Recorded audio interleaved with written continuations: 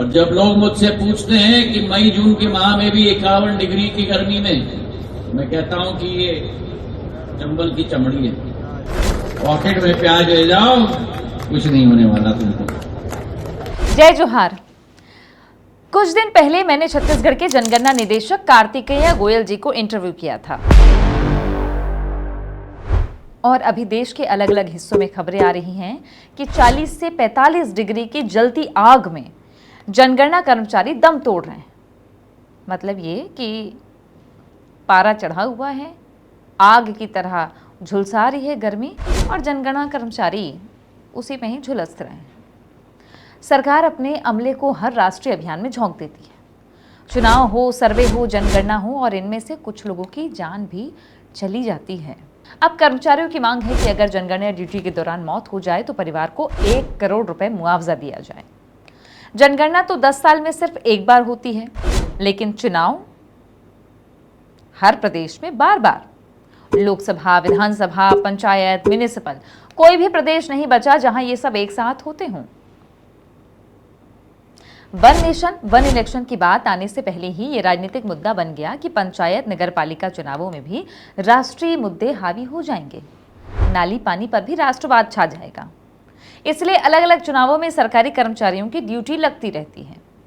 कर्मचारी संघों का कहना है कि सरकारी कर्मचारी, खासकर शिक्षक, साल भर किसी न किसी काम में जोते जाते हैं। चुनाव, सर्वे और अब जनगणना।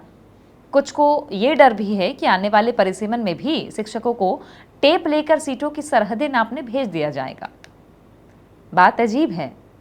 देश में सरकारी कर्मचारियों की भारी कमी है। छत्तीसगढ़ जैसे राज्य में तो शिक्षकों के कई हजार पद खाली पड़े हैं। सरकार भर्ती में देरी कर रही है, ऐसे आरोप लगते हैं। शायद जितने दिन तनख्वाह बच जाए उतना अच्छा। दुनिया के कई देशों में रिटायरमेंट उम्र बढ़ाई जा रही है ताकि पेंशन देर से शुरू हो और नई भर्ती ना करनी पड़े। लेकिन स्कूलों की हालत देखिए आप। छत्तीसगढ़ की ही बात कर रहे हैं। जहां शिक्षकों की कमी है वहां कई शिक्षक सिर्फ तनख्वाह लेने आते हैं। बाकी समय या तो दारू पीकर पड़े रहते हैं या छात्राओं पर नजर रखते हैं या दोनों एक साथ कर लेते हैं। ये बात शिक्षकों को बुरी लग सकती है, लेकिन मेरा सवाल ये है कि जब लाखों शिक्षक नियमित होने के लिए आंदोलन करते हैं, महीनों सड़क पर रहते हैं, तो दारू पीने वाले और बलात्कारी शिक्षकों के खिलाफ उनके लेटर पैड का एक पन्ना भी खर्च क्यों नहीं होता? अगले साल जनगणना में सबसे ज्यादा शिक्षक ही लगेंगे, इसलिए प्रतिरोध की आवाज भी उन्हीं से सबसे ज्यादा आएगी। स्कूलों में पढ़ाई के दिन कितने सिमट चुके हैं।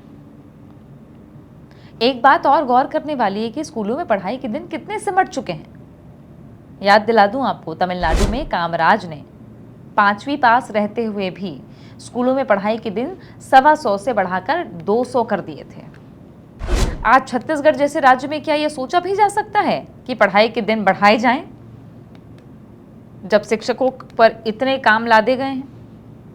और ये मुद्दा सिर्फ शिक्षकों तक सीमित नहीं है।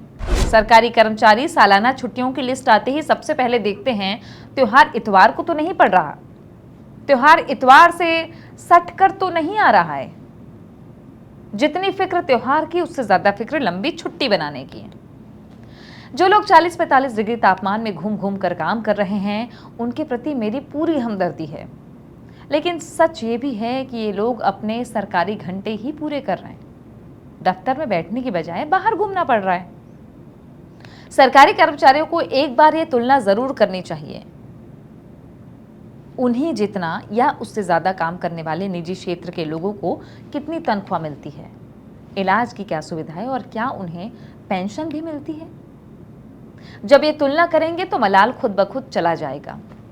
1 करोड़ वाला, फिर से आप रिपीट नहीं करना चाहती मैं, मलाल खुद ब खुद चला जाएगा। और गर्मी से बचने का रास्ता तो महाराजा ने बता ही दिया है। 2-2 प्याज जेब में रख लो और खुले में काम करो। उस भावना के आधार पे काम करना है, आसान नहीं है। 2.5 घंटा खड़ा रहना, पसीना टपकना। मैं तो सदैव कहता हूं, मेरा जितना पसीना टपकता है उतना ज्यादा मजा मुझे आता है।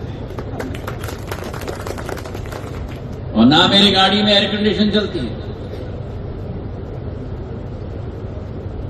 ना एसी के वातावरण में मैं बैठता हूं। और जब लोग मुझसे पूछते हैं कि मई जून के माह में भी 51 डिग्री की गर्मी में, मैं कहता हूं कि ये चंबल की चमड़ी है। और दूसरी बात बताऊं, मैं थोड़ा जवान दिखता हूं पर मेरी आत्मा बड़ी बूढ़ी है। पॉकेट में प्याज ले जाओ, कुछ नहीं होने वाला तुमको। वर्कफोर्स सबसे बड़ी है टीचर्स की छत्तीसगढ़ में भी। क्या सोचते हैं टीचर्स भी? अगर सुन रहे हैं इसे तो लिखिए, क्या सोचते हैं आप? कमेंट में अपनी राय लिखिए। अगर ठीक लगा हो मेरा ये कहना तो इस वीडियो को आगे बढ़ाइए, लाइक कीजिए, शेयर कीजिए, सब्सक्राइब कीजिए। फिर मिलती हूँ किसी और बात के साथ।